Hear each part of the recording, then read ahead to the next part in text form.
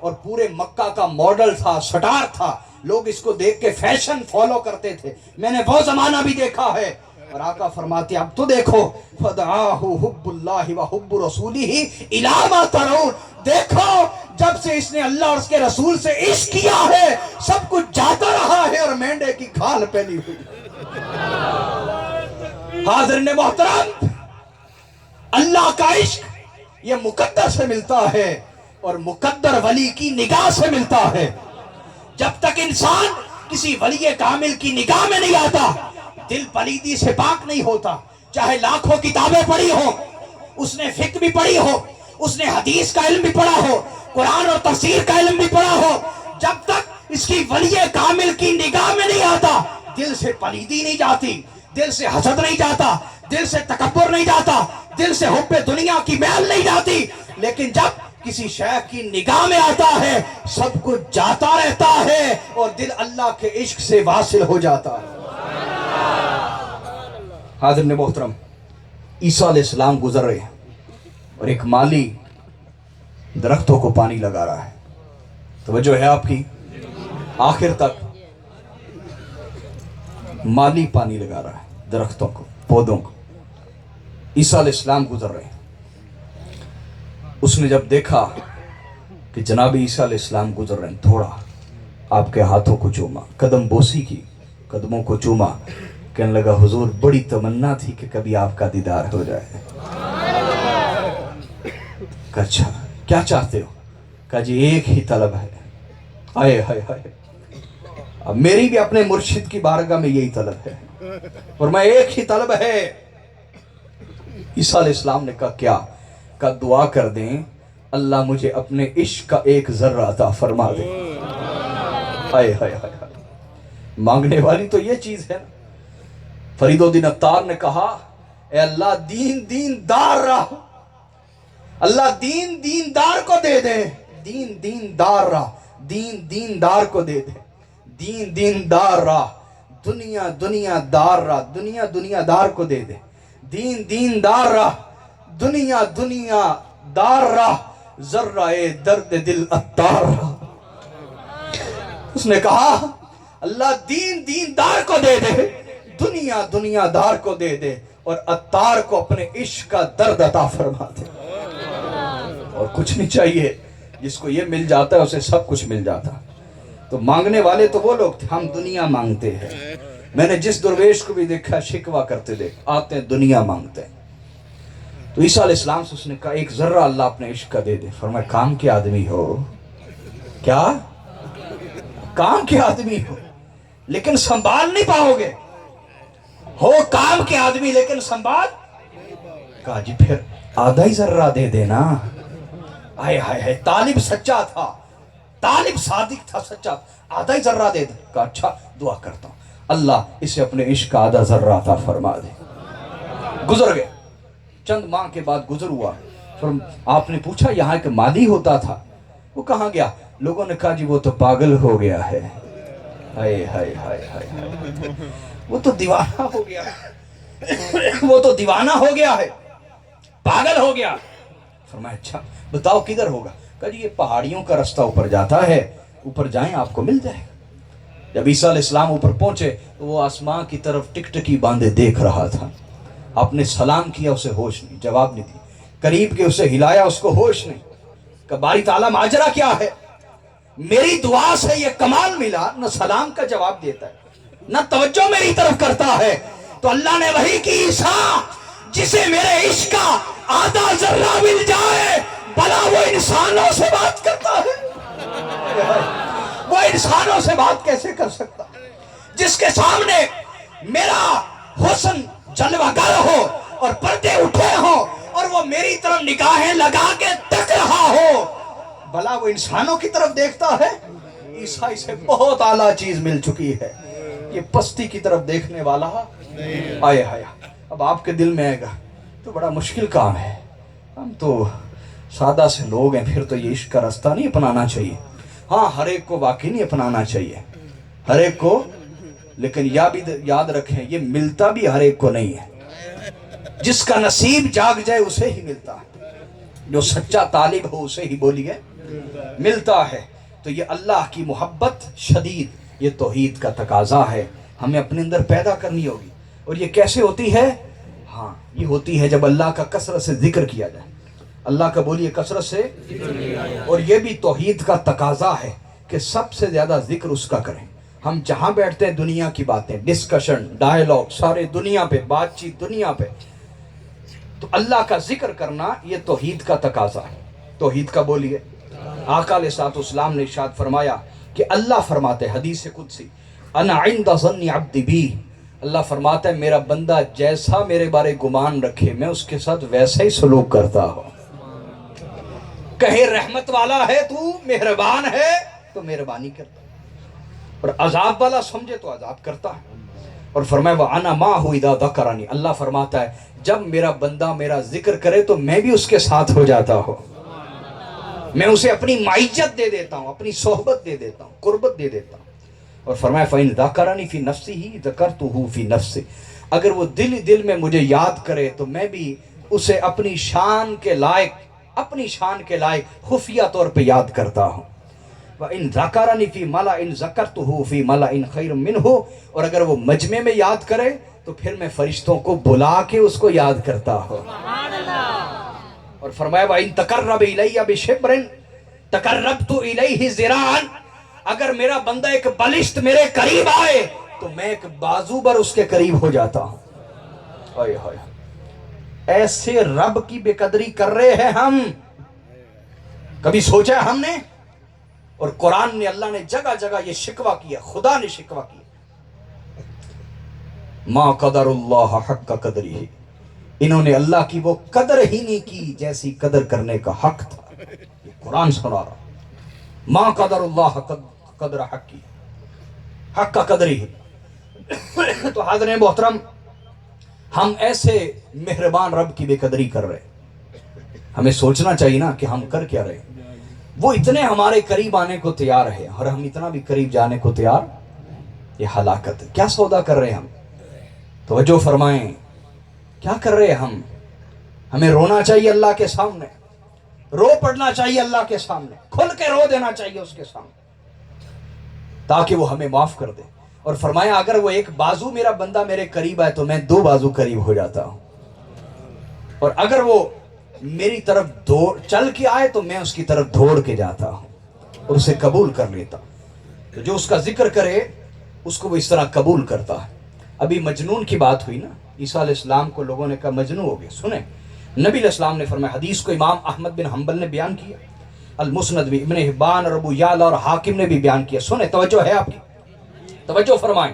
آقا علیہ السلام نے فرمایا اکثروا ذکر اللہ حتی یقولوا مجنون، میرے آقا نے فرمایا اللہ کا اتنا ذکر کرو، اتنا ذکر کرو کہ عامت الناس تمہیں مجنون کہنے لگ جائیں، کہیں اللہ کا مجنون ہے، اللہ کا عاشق ہے۔ اللہ کا بولیے عاشق اور مجنون ہے۔ تو یہ توحید کا تقاضا ہے، اور جس نے تقاضا پورا کیا اس کے بارے لکھا ہے حضور سیدی داتا گنج بخش علی حجویری نے کہ غالباً امام ابو الحسن خرقانی کا ایک مرید تھا، وہ آ گیا، کہنے لگا حضور مجھے ذکر بتائیں۔ فرمایا زبان سے پڑھ اللہ اللہ اللہ اللہ اللہ اللہ اللہ، فرمایا زبان سے پڑھتے رہنا ہے۔ کیا بولیے؟ زبان سے پڑھتے رہنا ہے۔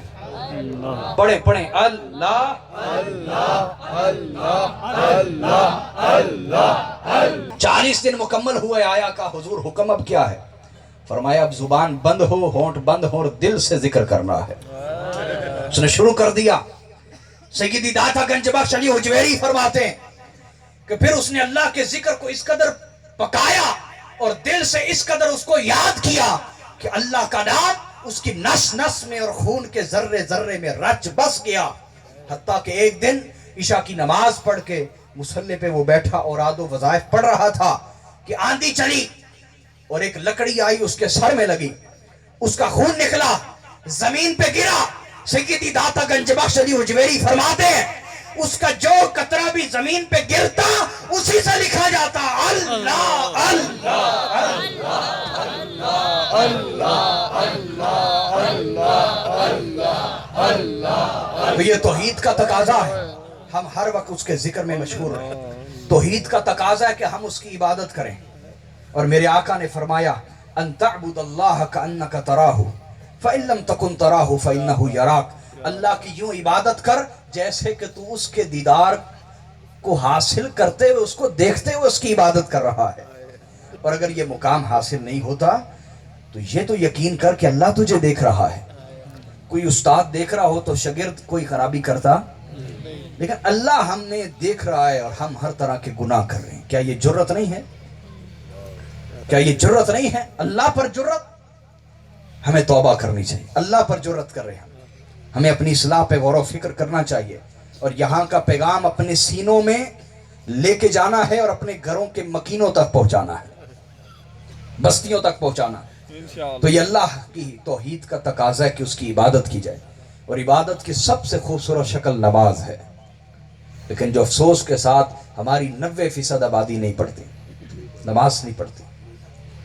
کیا باقی رہ جاتا ہے نماز کے بعد؟ میرے آقا نے فرمایا آدمی کے اور کفر و شرک کے درمیان فرق کرنے والی چیز نماز ہے۔ کوئی فرق ہی نہیں باقی رہتا جو نماز نہیں پڑھتا اس میں اور کافر و مشرک میں۔ کہ اللہ کی طرف سے تقاضا ہو کہ اس وقت سجدہ کیا جائے اور ہم سجدہ نہ کریں۔ شیطان نے ایک سجدے سے انکار کیا تھا، آج تک اس پہ لعنت ہو رہی ہے۔ ہم روزانہ کتنے سجدوں کا انکار کر رہے ہیں، کبھی غور کیا ہے ہم نے؟ اللہ ہماری اصلاح فرمائے، ہمارا شعور بیدار کر دے، ہمیں غفلت سے جگا دے، قلب سلیم عطا فرما۔ تو آج کے بعد نماز کی پابندی ہوگی انشاءاللہ، انشاءاللہ۔ اللہ اکبر۔ اور اسی طرح توحید کا تقاضا ہے کہ صرف اور صرف اللہ سے ڈرا جائے اور بہت ڈرا جائے۔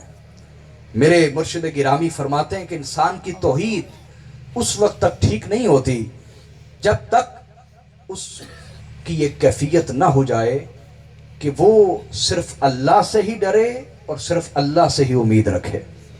جب تک اس کی یہ کیفیت نہ ہو جائے اس کی توحید ٹھیک ہو سکتی۔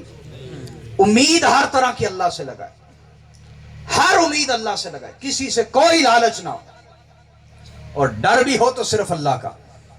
دنیا داروں سے نہ ڈرے، حق بیان کرتے ہوئے کسی یزید کو خاطر میں نہ لائے، اس قدر اس کے اندر سچائی پیدا ہو جائے۔ میری بات سمجھے آپ یا نہیں سمجھے؟ بولیے۔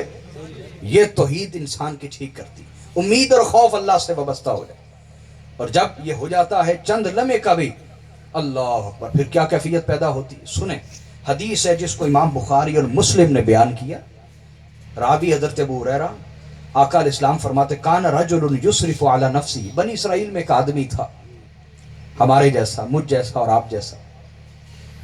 ایک آدمی تھا جو اپنی جان پر بڑا ظلم کرتا تھا۔ سنیے گا، اپنی جان پر بہت ظلم کرتا تھا۔ فلما حضرہ الموت، جب موت اس کے قریب آئی، قال لبنیہ، تو اس نے اپنی ساری اولاد کو جمع کیا اور کہنے لگا اذا انا مت فاحرقونی ثم اطحنونی ثم ذرونی فی الریح، کہنے لگا جب میں مر جاؤں مجھے جلا دینا، اور پھر میری لاش کو پیس دینا، اور پھر میری راکھ کو ہواؤں اور دریاؤں میں اڑا دینا۔ کیوں؟ اس نے کہا فواللہ لئن قدر علی ربی لیعذبنی عذابا ما عذبہ احدا، اس نے کہا اگر اللہ نے میری پکڑ کر لی تو مجھے ایسا عذاب دے گا جیسا عذاب اس نے کسی پر نازل نہیں کیا۔ مجھے اپنے بارے بہت ڈر ہے۔ اپنی عقل کے مطابق اس نے کہا مجھے جلا دینا، میری راکھ ہواؤں میں اڑا دینا۔ فلما مات فعل به ذلك، آقا فرماتے جب مر گیا وہی اس کے ساتھ کیا گیا۔ فامر اللہ الارض فقال اجمعی ما فیک منہ، جب وہ مر گیا سب کچھ ویسے ہی ہو گیا تو اللہ نے زمین سے فرمایا اس کے ذرے ذرے کو جمع کر کے میرے سامنے کر دو۔ وہ بشری صورت میں اللہ کے سامنے آ گیا۔ اللہ نے فرمایا ما حملک علی ما صنعت، یہ جو تو نے کیا ہے یہ کیوں کیا ہے؟ قال یا رب خشیتک، اس نے کہا اللہ میں تجھ سے ڈر گیا تھا، میں تجھ سے ڈر گیا تھا کہ اگر تو نے میری پکڑ کر لی تو مجھے ایسا عذاب دے گا کہ ویسا عذاب کسی کو نہ دیا ہو. اللہ نے فرمایا فغفر اللہ، جو مجھ سے ڈر جائے تو میں نے قسم کھائی ہے اسے مرنے کے بعد کبھی نہیں ڈراؤں گا. جاؤ میں نے تمہاری بخشش فرما دی. جو دنیا میں مجھ سے ڈرے اسے آخرت میں کبھی ڈراؤں گا. یہ حدیث ہے، فرمایا لا اجمع ولا عبدی خوفین ولا امنین، اس کی شرح کی میں. تو حاضرین محترم، اسی طرح توحید کا تقاضا ہے کہ اللہ کی اطاعت کی جائے. میں بس شارٹ کر رہا ہوں گفتگو کو، صرف اللہ کا حکم مانا جائے. اسی طرح عقیدہ رسالت ہمیں ٹھیک کرنا ہوگا اپنا. عقیدہ رسالت یہ ہے کہ اللہ نے جتنے بھی رسول اور انبیاء دنیا میں بھیجے ہم سب پر ایمان لاتے ہیں، سب کو سچا مانتے ہیں، اور اپنے آقا و مولا حضرت محمد مصطفیٰ صلی اللہ علیہ وسلم کو آخری رسول بھی مانتے ہیں اور سید الانبیاء والمرسلین بھی مانتے ہیں. یہ عقیدہ رسالت ہے اور اس کے بھی کچھ تقاضے ہیں. پہلا تقاضا یہی ہے کہ اپنے آقا صلی اللہ علیہ وسلم کی اطاعت کی جائے، حضور کا ہر حکم مانا جائے. آقا علیہ الصلوۃ والسلام کا بولیے ہر حکم مانا جائے، اطاعت کی جائے، غیر مشروط اطاعت کی جائے. حضور علیہ الصلوۃ والسلام کی اس قدر اطاعت ہو کہ چون و چراں یا دل میں اعتراض لانے کی بھی گنجائش ہے، اجازت نہیں. اللہ نے فرمایا لا یجدوا فی انفسہم حرجا مما قضیت، حضور جو فیصلہ فرما دیں دل میں بھی اس پہ کوئی اعتراض وارد نہ ہو، ورنہ تم ایمان والے ہو سکتے بولیے نہیں ہو. تو حاضرین محترم، اس لیے آقا علیہ السلام نے فرمایا من اطاعنی فقد اطاع اللہ، کہ جس نے میری اطاعت کی اسی نے ہی اللہ کی اطاعت کی. ومن عصانی فقد عصى اللہ، جس نے میری نافرمانی کی اس نے اللہ کی نافرمانی کی. تو آقا علیہ السلام کی ہمیں اطاعت کرنی. میں نے اس جمعے پہ بھی آپ سے عرض کیا تھا، شاید آپ کو یاد ہو. یہ کتنی عجیب بات نہیں ہے کہ ہم ایک طرف نعرہ لگائیں کہ ہم ناموس رسالت کی خاطر مر سکتے ہیں اور مار سکتے ہیں. ایک طرف ہماری پوزیشن یہ ہے، اور میں شک نہیں کرتا کسی کی محبت واقعی اس درجے کی ہوگی، واقعی اس درجے کی ہوتی ہے مومنین کی الحمدللہ. لیکن یہ عجیب بات نہیں ہے کہ ایک طرف تو ہم جان قربان کرنے کو تیار ہیں، دوسری طرف حرام چھوڑنے کو تیار نہیں، سود چھوڑنے کو تیار نہیں. بھئی انسان سب سے زیادہ اپنی جان سے محبت کرتا ہے. میری عقل نہیں اس بات کو سمجھ پا رہی. ایک طرف سے جان قربان کرنے کا دعویٰ کر رہے ہیں، دوسری طرف حضور کے بار بار بار بار کہنے پر حرام نہیں چھوڑ رہے، سود نہیں چھوڑ رہے، رشوت نہیں چھوڑ رہے، لوگوں پہ ظلم اور زیادتیاں کرنا نہیں چھوڑ رہے، لوگوں کا مال ہتھیانا نہیں چھوڑ رہے، تمام اشیاء خوردنی کھانے والی چیزوں میں ملاوٹ نہیں چھوڑ رہے. کون سی چیز ملاوٹ سے باقی بچی یہاں اس ملک؟ نمک میں ملاوٹ، دودھ میں ملاوٹ، دہی میں ملاوٹ، مرچوں میں ملاوٹ، نمک میں ملاوٹ، حتیٰ کہ پانی میں ملاوٹ، گندا پانی بیچتے ہیں. یہاں تک حالات. تو خدا کے لیے مجھے اور آپ کو اپنی اصلاح کرنی ہے. وقت بہت تھوڑا رہ گیا، وقت بہت تھوڑا رہ گیا ہے. اور اگر اس بات کی قدر نہ کی تو آپ کو یہ جملہ میرا یاد آئے گا کہ وقت بہت تھوڑا رہ گیا، وقت تھوڑا رہ گیا. ہمیں اپنی اصلاح کرنی ہوگی جلدی. تو آقا کی اطاعت کرنی. اور دوسرا عقیدہ رسالت کا تقاضا یہ ہے کہ ہر رشتے سے بڑھ کر حضور سے عشق کیا جائے. آقا علیہ السلام سے بولیے، توجہ ہے آپ کی؟ بولیے. اب خاموشی سے نہیں بیٹھنے دوں گا، جاگنا ہوگا تھوڑا سا. آئیں، صحابہ کرام حضور سے عشق کیسے کرتے تھے، دو مثالیں پیش کرنے لگا. حدیث کو روایت کیا حضرت مسور بن مخرمہ اور مروان رضی اللہ عنہما نے. حدیث کو بخاری، احمد بن حنبل، ابن حبان، طبرانی اور حیبئی سمیت کئی محدثین نے بیان کیا. وہ کہتے ہیں ان عروہ جعل یرمق اصحاب النبی بعینیہ، حدیبیہ کا موقع ہے اور عروہ بن مسعود ثقفی کو بھیجا کفار نے کہ جاؤ دیکھو کہ ان کی پوزیشن کیا ہے صحابہ کرام کی اور رسول اللہ کی. ہم ان سے لڑ سکتے ہیں تو لڑیں گے، نہیں لڑ سکتے سلو کر لیں گے. یہ شاطر لوگوں کا طریقہ ہوتا. کہ جاؤ. وہ گیا اور اس نے دیکھا. وہ کہتا ہے میں نے دیکھا، فواللہ، اللہ کی قسم کھا کے بات بیان کر رہا ہے. کہتا ہے فواللہ، اللہ کی قسم میں نے دیکھا، ما تنخم رسول اللہ نخامتا الا وقعت فی کف رجل منہم. اس نے کہا اللہ کی قسم میں نے دیکھا کہ رسول اللہ جب بھی تھوکنے کا ارادہ کرتے ہیں، اپنی لعاب دہن تھوک مبارک یا بلغم گرانے کا ارادہ کرتے ہیں، تو وہ تھوک مبارک زمین پہ نہیں گرتی بلکہ صحابہ کرام اپنی ہتھیلیاں آگے کر دیتے ہیں اور لعاب دہن مصطفیٰ